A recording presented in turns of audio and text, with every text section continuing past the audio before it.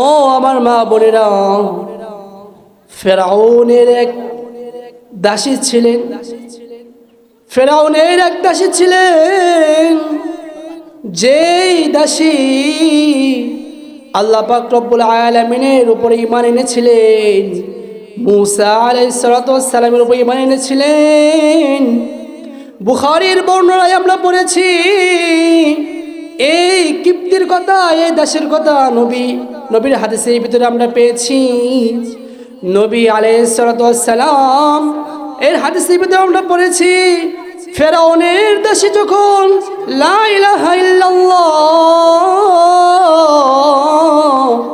এর উপরে ঈমান এনেছেন, আর অন্যদিকে যখন ফেরাউন নিজেকে খোদা দাবি করেছেন, ও আমার মা বোনেরাও, ফেরাউনের একজন মেয়ে ছিলেন, যেই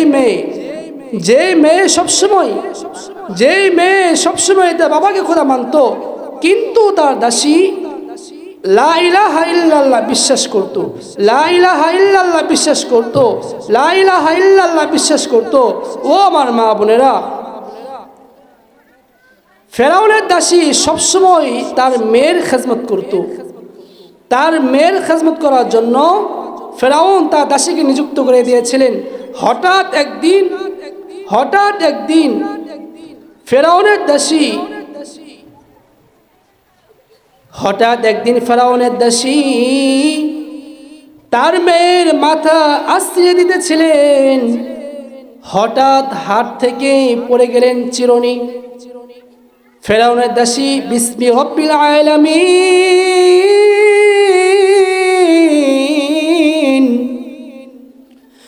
বিসমি রব্বিল আলামিন বলে ফেরাউনের দাসী চিরুনিটা তুলতেছিলেন।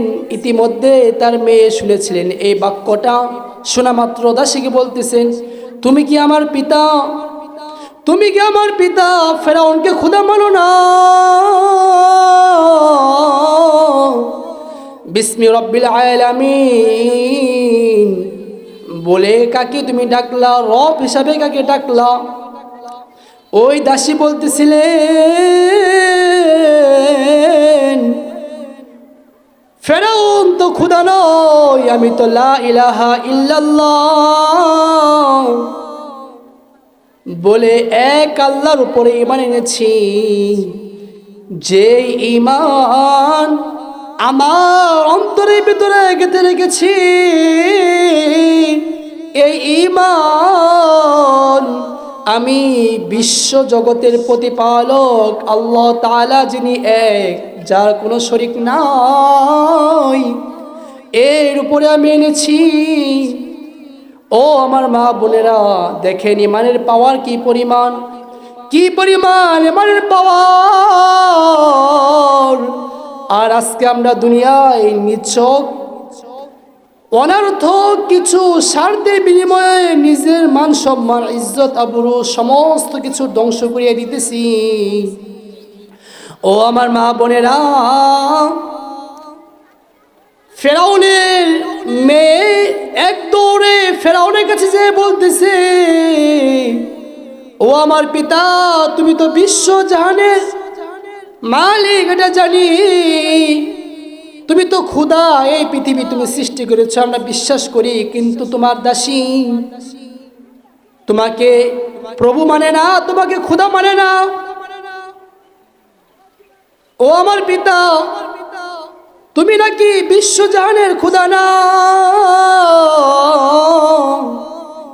ও আমার মা বোনেরা, যখন মেয়ে ফেরাউনের কাছে বিচার দিল, এই দাসীর নামে ঈমান আনার কারণে, আল্লাহর বন্দী করার কারণে, মূসা পয়গম্বরের উপরে ঈমান আনার কারণে,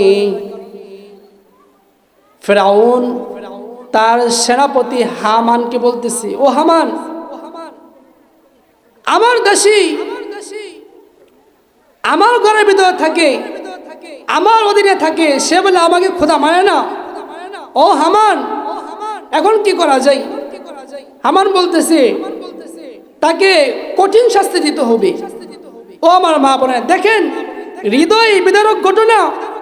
এত কষ্ট করার পরেও আল্লাহ পাক রব্বুল আলামিনের বিধান থেকে এক চুল পরিমাণ নড়ে নাই।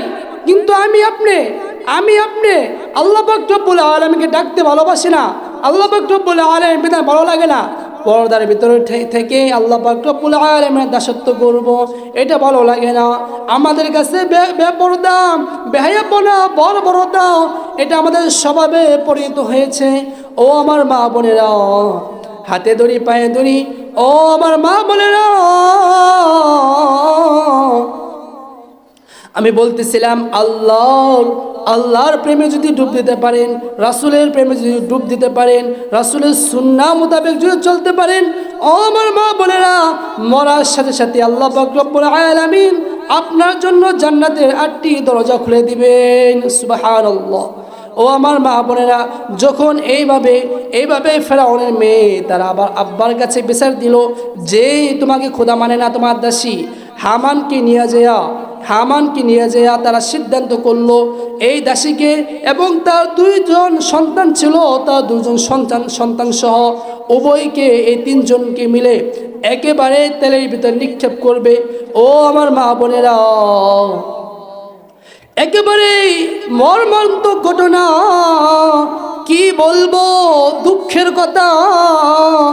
আজকে দেখেন আমাদের এত সুবর্ণ সুযোগ থাকা সত্ত্বেও আমরা আল্লাহ পাক রব্বুল আলামিনকে ডাকি না, আল্লাহ পাক রব্বুল আলামিনের দাসত্ব আমরা করতে ভালো লাগে না। ও আমার মা বোনেরা, এরপরে যখন হামানকে নিয়ে ফেরাউন দাসীকে বলল, ও দাসী, যদি আমাকে খোদা বলে না মানো তাহলে কিন্তু তোমাকে কঠিন শাস্তির সম্মুখীন হতে হবে। দাসী বারবার বলতেছিলেন, না, আল্লাহকে বলতে পারে না। ও ফেরাউন, তুমি যদি আমাকে মারতে মেরে ফেলো, এরপরেও যেহেতু এক আল্লাহর উপরে ঈমান এনেছি, এই আল্লাহকে অন্তর থেকে বের করতে পারবো না। এরপরে ফেরাউন হামানকে বলল, ও হামান, কি করা যায়? হামান বলতেছিল, ও খুদা, ও আমাদের ফেরাউন, ও আমাদের খুদা, এই দাসীকে সহ তার সন্তান 2 সহ তেলের ভিতরে, উত্তপ্ত তেলের ভিতরে ফেলে দাও, এবং এর আগে তাকে শর্ত দাও, যদি সে লা ইলাহা ইল্লাল্লাহ ছাড়ে তাহলে তাকে তেলের ভিতরে ফেলে দেওয়া হবে না। ফেরাউন বলতেছিল, ও আমার দাসী, যদি লা ইলাহা ইল্লাল্লাহ ছেড়ে দাও তাহলে তোমাকে তেলের ভিতরে, তোমার সন্তানকে তেলের ভিতরে ফেলে দেওয়া হবে না, তোমাদেরকে মেরে ফেলা হবে না। ও দাসী, এখনো পর্যন্ত সময় আছে, লা ইলাহা ইল্লাল্লাহ বাদ দিয়ে আমি ফেরাউনের উপরে ঈমান আনো। কিন্তু দাসীর ঈমানের পাওয়ার এই পরিমাণ, দাসী বলতেছিল, ও ফেরাউন, আমি কেন, আমার সন্তান কেন, সকলকে যদি তুমি জীবন্ত পুঁতে ফেলো অথবা তেলের ভিতরে ফেলে আমাদেরকে বেঁচে ফেলো। ও ফেরাউন, এরপরেও আল্লাহকে বলা যাবে না। এই কথা শোনার পরে ফেরাউন রাগে গুসায় প্রথম এক সন্তানকে তেলের ভিতরে ফেলে দিল। চোখের সামনে, মায়ের সামনে, সকলের সামনে এই সন্তানকে তেলের ভিতরে ফেলে দেওয়ার সঙ্গে সঙ্গে একেবারে বাজা হয়ে গেল।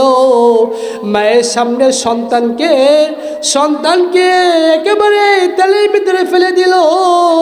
মুহূর্তের ভিতরে সন্তান বাজা মাছের মতো বেজে গেল। মুহতারাম মা ও বোনেরা আমার, আমি বলতেছিলাম, দ্বিতীয়বার আবার ফেরাউন জিজ্ঞাসা করলো, যদি ঈমান না ছাড়ো তাহলে এই সন্তানের যে অবস্থা হয়েছে তোমারও সেই অবস্থা হবে, তোমার দ্বিতীয় সন্তানের একই অবস্থা হবে। মহিলা বলতেছিল, না, ঈমান আমি ছাড়বো না, আমাকে মেরে ফেলো, আমার সন্তান মেরে ফেলো, কোনো সমস্যা নাই। এরপরে ফেরাউন দ্বিতীয় সন্তানকেও তেলের ভিতরে ফেলে দিল। চোখের সামনে হাড্ডিগুলা বাসতেছে তেলের উপরে, সন্তানের শরীরের ভিতরে কোনো গোশতের কোনো টুকরা নাই। ও আমার মা বোনেরা, এরপরে ফেরাউন আবার বলল, শেষবারের মতো বলতেছি, ও আমার দাসী, যদি ঈমান না ছাড়ো তাহলে তোমাকেও কিন্তু তেলের ভিতরে এভাবে পোড়ানো হবে। ও আমার মা বোনেরা, দাসী একই উত্তর দিল, না, লা ইলাহা ইল্লাল্লাহ ছাড়তে পারি না। ও আমার মা বোনেরা, ফেরাউন দাসীকে যখন তেলের ভিতরে ফেলাইবে, তখন দাসী বলতেছিল, ও ফেরাউন, আমাকেও তুমি ঈমান আনার কারণে, লা ইলাহা ইল্লাল্লাহ বিশ্বাস করার কারণে তুমি আমাকে তেলের ভিতরে ফেলে মেরে ফেলবা, মনের ভিতরে কোনো দুঃখ নাই, কোনো কষ্ট নাই, তবে একটা শর্ত হলো, ও ফেরাউন, যখন আমাদের তিনজনকে তেলের ভিতরে একেবারে ফেলে মেরে ফেলা হবে, যখন আমার রূহ চলে যাবে, তখন আমাদের হাড্ডি গুড্ডিকে এক জায়গায় দাফন করে দিবা, একটা আবেদন তোমার কাছে। ফেরাউন বলল, ঠিক আছে, তোমাদেরকে এক জায়গায় দাফন করা হবে, তোমার আবদার রাখা হবে। এই বলিয়া ফেরাউন ওই মহিলাকে তেলের ভিতরে ফেলে দিল। একেবারে মুহূর্তের ভিতরে মহিলা বাজা মাছের মতো বেঁচে গেল। মুহতারাম হাজিরিন।